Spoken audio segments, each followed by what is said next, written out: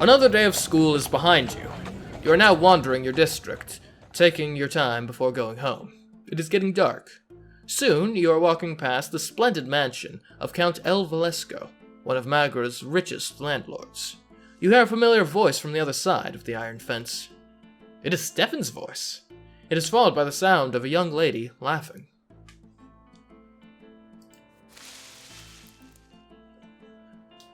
You peek through the fence and into the mansion's garden. And indeed, there you see your elder brother, dressed like he is going to meet the Emperor himself. He is currently busy helping a pretty young lady out of the window. She locks him in an emotional embrace. You recognize her, Maria El Valesco, Count El Valesco's daughter. And as the whole city knows, she is already betrothed to another young nobleman from a far more illustrious family. "Oh, Maria, I thought I would help you come down to earth from your heavenly abode, but your very touch brings me to the heavens." He picks the Count's daughter up and holds her in the air. She laughs almost imperceptibly and kisses him on the cheek. But then Stefan takes her by the chin and turns her face to him.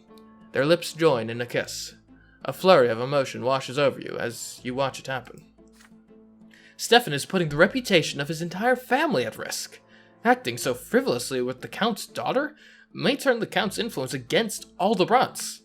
And yet Stefan always speaks so highly of noble bearing and composure and family honor. Stefan's face is glowing with joy. Your older brother, he is happy. Truly happy.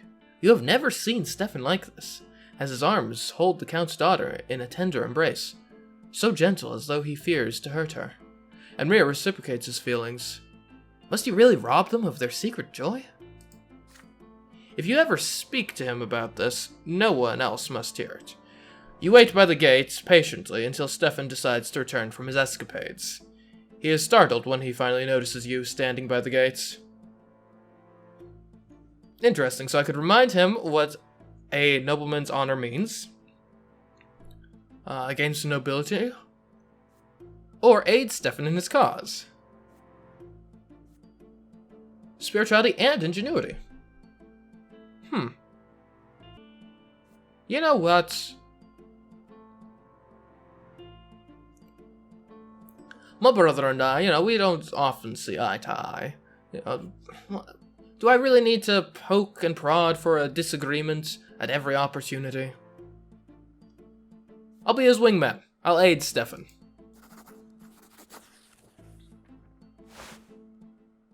What are you doing here at this late hour, Brian?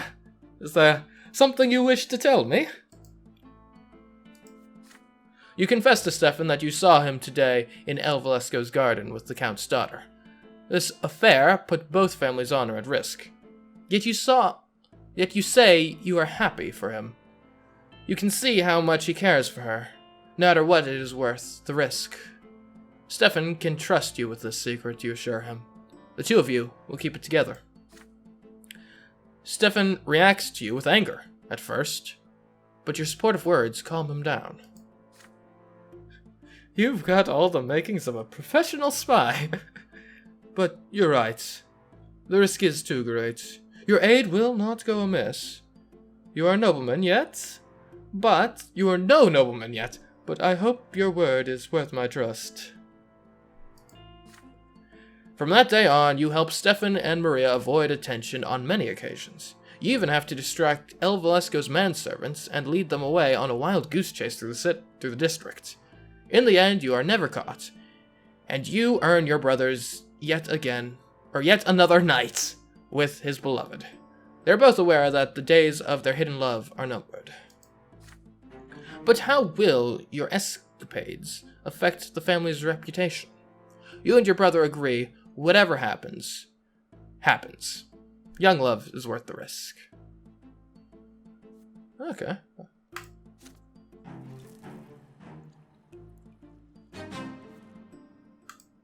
Interesting.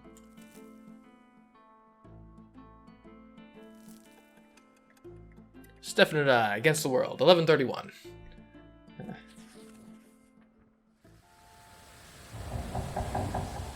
The Silver Tree.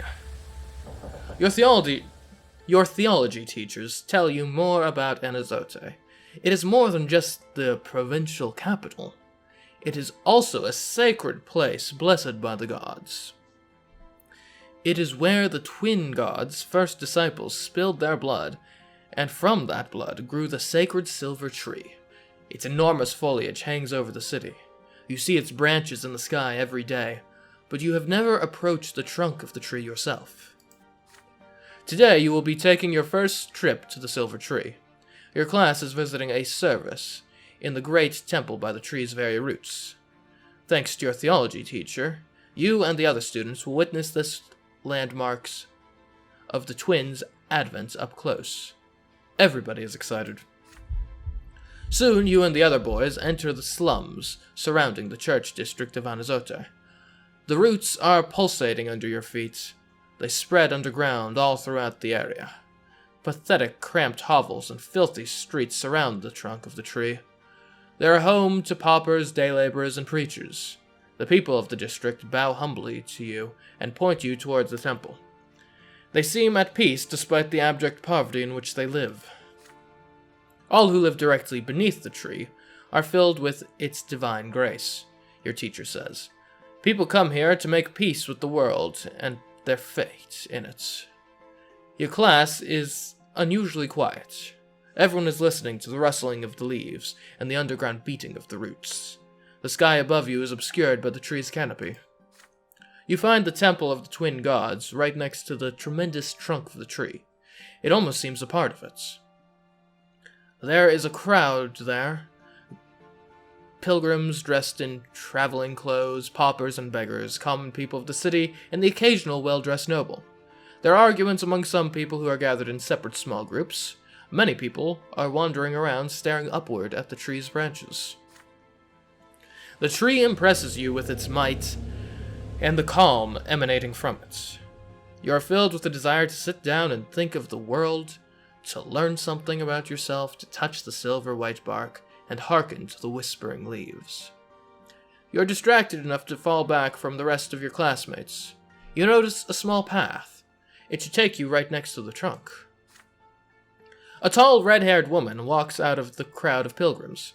She is wearing a worn, white robe. She is no longer young, but her face is youthful and covered in freckles. Her hands clutch a book. You've never seen this lady pilgrim before, yet she looks at you almost as if she has recognized a lifelong friend. She beckons to you and says her name, Matilda, a preacher from Astanaya. What she says next shakes you to your very core. It is commendable to see a young man so keen to learn the teachings of the twins, she says. Yet you will never follow the light of the truth within the walls of the temple. Inside, you will find only lies about the lots, the erring words of the prophet Esaias, sanctified by the passage of centuries. Yet anyone who sets out to read the accounts of the twins' own lives knows they never so much as mentioned the lots. The red-haired preacher's words frighten you. They clash with everything you have heard from Mother, everything you have been taught at school. The lots are a lie? You freeze in fear. Should you argue with Matilda? Or ask her for more information? Or should you treat her as a madwoman and catch up with your classmates? You suddenly feel a small, warm hand grasp your own. You see a girl right next to you. She is just a little older than you, wearing a black dress, threadbare yet almost spotless. Her hair is covered by a handkerchief, with only a single golden lock showing. Her brown eyes are burning with rage, her hand pulling you away from the red-haired preacher. You stare in confusion at the strange young girl, your cheeks flushed by the sudden touch. There is just a bit of color on her cheeks too, but then she starts speaking to you quickly. Don't listen to her. She is dangerous. Come to the temple with me. Only there will you see the truth. You stand there surrounded by the crowd of praying pilgrims and the sound of shuffling feet torn between two people you have never seen before. And each of them expects you to follow her. But all the while you hear the whispering of the winds in the tree's branches. The branches reach out for you, almost as if the tree wishes to speak to you itself. Can you hear its voice? I could follow the girl into the temple, lose some willpower, and I'd meet Janine. Stay with the red-haired pilgrim, gain some spirituality, and Janine would dislike me. Leave them and approach the tree, gain some willpower, or give in to the epiphany. I'd be acquainted with Janine, gain a spirituality, and revelation of the tree.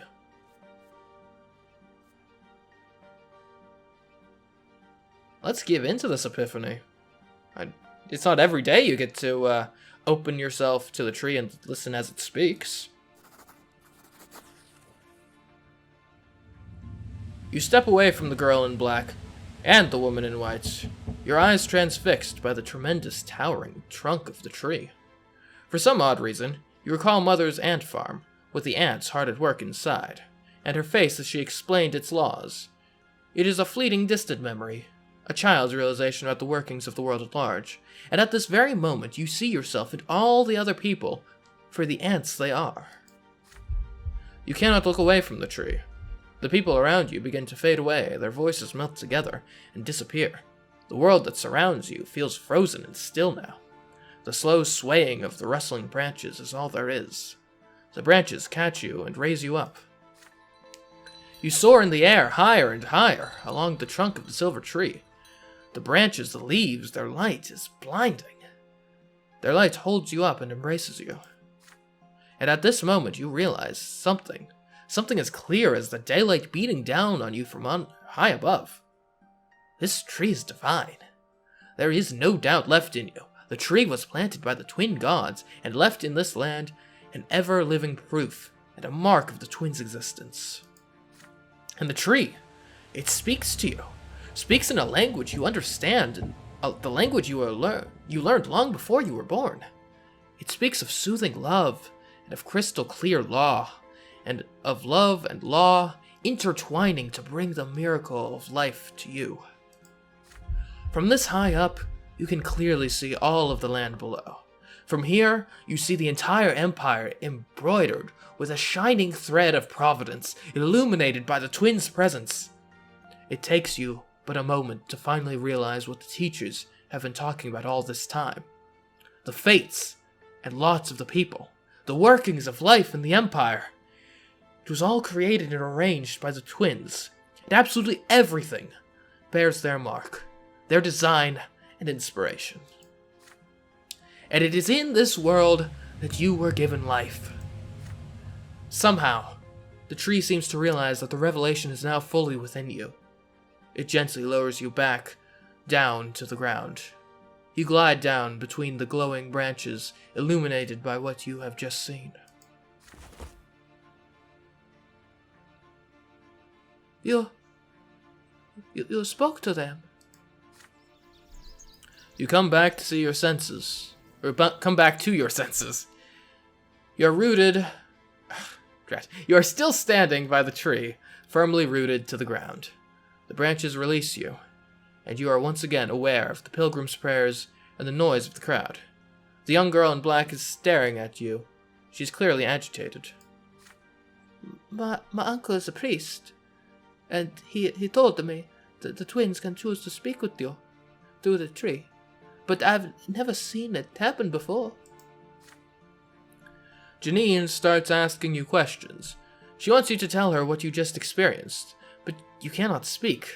It is so difficult to see the temple's familiar interior again, to see the district around it and the sky above. The memory of the sight from atop the silver tree now gleams in your mind. I just hope you'll share your revelation with me someday. Don't worry, I'll get it. My name's Janine.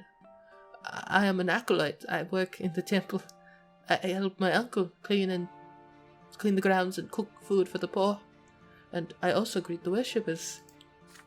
The people come here all the time. Many are lost and they don't know where to go once they're inside. But nobody should feel lost in this place. The temple is for all the estates. But then you hear your theology teacher calling to you. It is time for your class to return to school. Before you leave, Janine suddenly takes your hand. You can't help but blush. Please, listen to me. Few people ever see these things. The twins, they were speaking to you, and you heard them. It is a sign. You should become a priest. You'll be guiding those who cannot hear the twins. You'll be helping their souls find the way to the top of the pillar. It's the most honorable calling in the world. You say goodbye to the young acolytes, yet as you return to your ordinary life, Janine's words remain in your memory from that day forth. Is it Janine? It's more like just Jean? Jean? It's definitely not Janine now that I'm actually looking at it. Alright, from this day forth, you are to be known as Jean. Jean. Revelation of the tree. Wonderful.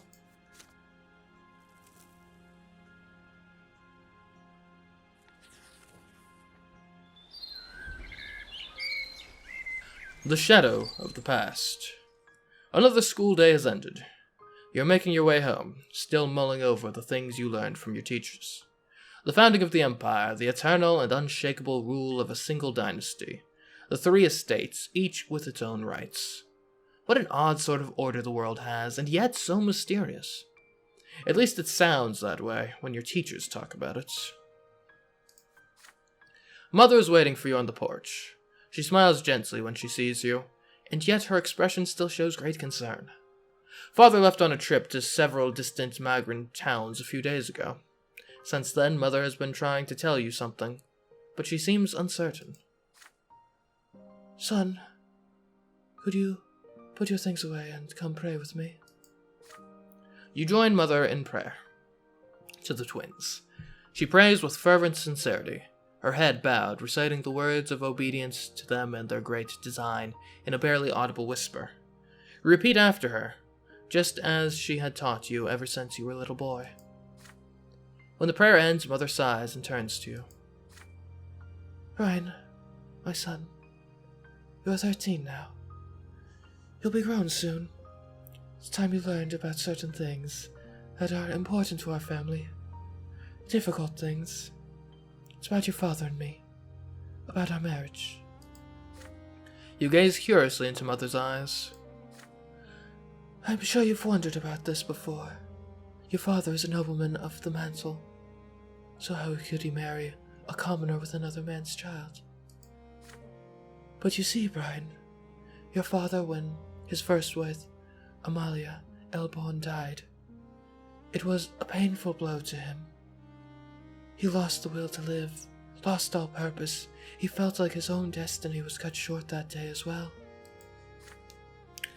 And then he met me. You know, the troubles I had in the past.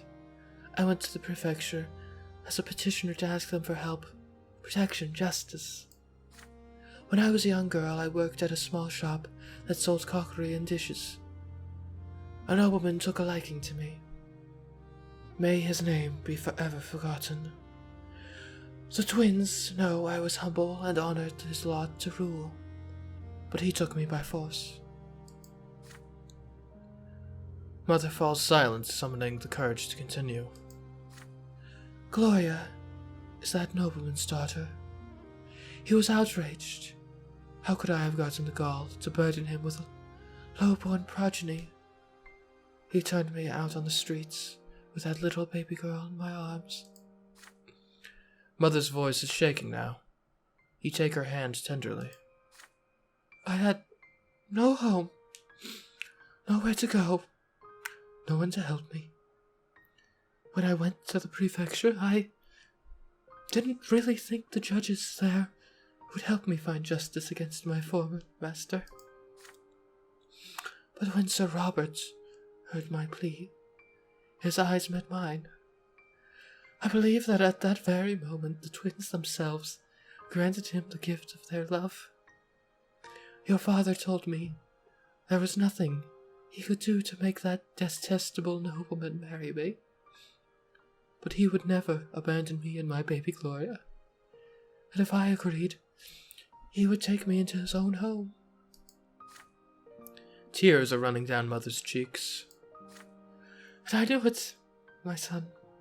I knew how much his honor and reputation would suffer. But caring for me brought him back to life. It's like he experienced another sacrament. He rediscovered his noble purpose, his lot, to rule and protect and care for others. But his decision to marry me, he's still paying for it today. Your father had the courage to defy your grandfather, the founder of his bloodline. If only you knew how much he had to endure, my son. If only you knew the despicable rumors we heard about the Brante Hall over Anazote. It was only thanks to the efforts of Sir Gregor that the Brante bloodline managed to hang on to what little remained of its reputation. And now the noble families have all but forgotten about that scandal. Thank the twins. Mother falls silent. She looks at you intently. Do you understand what she is telling you? My son, I'm not telling you this just to share the pain of my past. I have no reason to complain. Even Sir Gregor has accepted me through gritted teeth. But you need to understand the heavy burden our family must bear, including our scandalous marriage and Gloria's foul origin. And Gloria, she can never be a Brante. Even if the elder Brantes agreed, the news would stir up old scandal in the minds of high society. If that were to happen, Brian, they would see even your birth as illegitimate. Mother sighs heavily. What I told you just now is something you have to know. Son, you are about to enter adult life. By my lot, I must be humble. I cannot tell you how to treat your family. But may I ask you a question? Now that you know all of this, do you still see Gloria as your sister? I could accept Gloria as my sister, gain some opinion with Gloria and Lydia, distance yourself from Gloria, gain some nobility, but Gloria and Lydia would like me less, or evade the question, gain some willpower.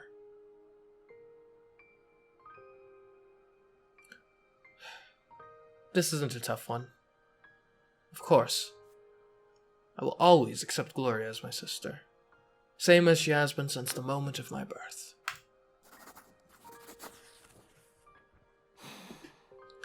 Filled with determination, you assure Mother that Gloria is and will always be your sister.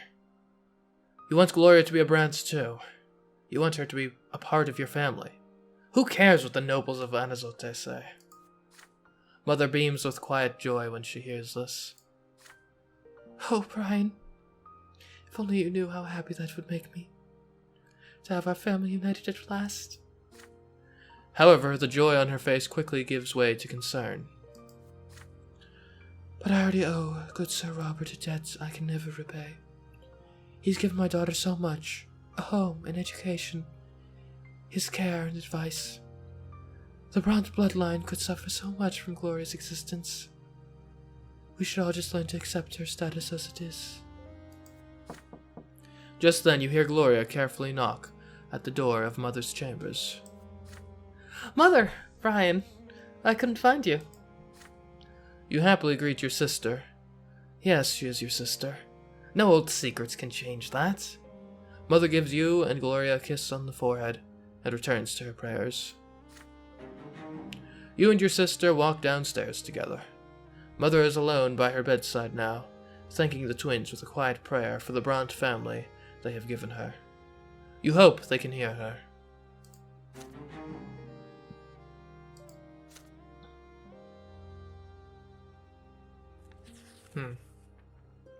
I wonder if at some point we could, I don't know. Year 1131. Fall. The Flash and the Flame. You are 13 now. Another theology lesson. Today's sermon is about the priests and why the clergy is the only one of the three estates with the right to interpret the lots and guide the other two estates accordingly. Thomas sits next to you, huffing and puffing as he fervently writes down the teacher's every word. But you've heard all of this from Mother many times before, so you take this moment to daydream a little. Father promised to take you to the capital once your studies are complete. But the teacher suddenly casts a stern look around the lecture hall and raises his voice at one of your classmates. A boy by the name of Brian... I presume this isn't me. A boy by the name of Brian jumps out of his seat. The teacher asks him to repeat what he had just said. Brian freezes and seems to shrink. He tries to mess a reply, but nothing comes out. The class becomes agitated. Someone is about to get punished, and hopefully it's a different Brian, I think? The teacher now looms over Brian. The boy's cheeks are flushed, and his eyes are covered in tears. You all watch the teacher's iron-bound book as he raises it sharply, about to strike. Brian shrieks and raises a hand in front of him. A sudden flash. The teacher screams and buries his face in his arms. His hair is ablaze and his skin covered in horrible burns. It's magic! Real magic! Just like in the books about the Maggie Rebellion. The class freezes in shock. There's a dull thud as the iron-bound book falls to the floor. Brian's hysterical laughter rends the silence. He stands up from his bench, fire in his eyes and sparks on his fingertips. There are screams now. Students run for the door. The teacher tries to extinguish his burning hair. Brian snaps his fingers and the books of Astaeus on the desks turn into pillars of flame. He laughs and raises his arms, and the curtains catch fire. The screams grow louder as the fire howls. Brian's face is tense and violent. His mouth is spewing flames and his whole body is shaking with laughter. He steps toward the door. You and Thomas glance at each other. He's going to burn down the whole school. Your friend's determination makes you brave. You run behind Brian and knock him off his feet. You both tumble to the floor. Even through his clothes, his body sears your flesh. Brian screams, convulses, and grabs Thomas by the shoulders with his burning hands. Thomas howls and stays put, then knocks Brian senseless with several fierce blows to the head. There are servants fussing around the room. Now, they put out the fires and take away the teacher, his body covered in horrible burns. You and Thomas remain next to Brian, who is lying on the floor silent. Soon, 3 men in black cloaks enter the door of the school, each bearing an edict sealed with silver. The Inquisition. You and Thomas are told to step away from the witch. They lock Brian's neck in a silver collar and take him away. One of the Inquisitors remains behind to tell the students what happened. That was magic, he explains. The ungodly power that twists the minds of men into savage instruments of murder. Only the sacred shackles of silver can hold it at bay. Only the power of the twins can save us all from its evil grasp. The next day, you are forbidden from ever mentioning Brian's name again, which is quite inconvenient because it happens to be your name as well. He is no more. Man, Thomas and I have really hit it off this adolescence.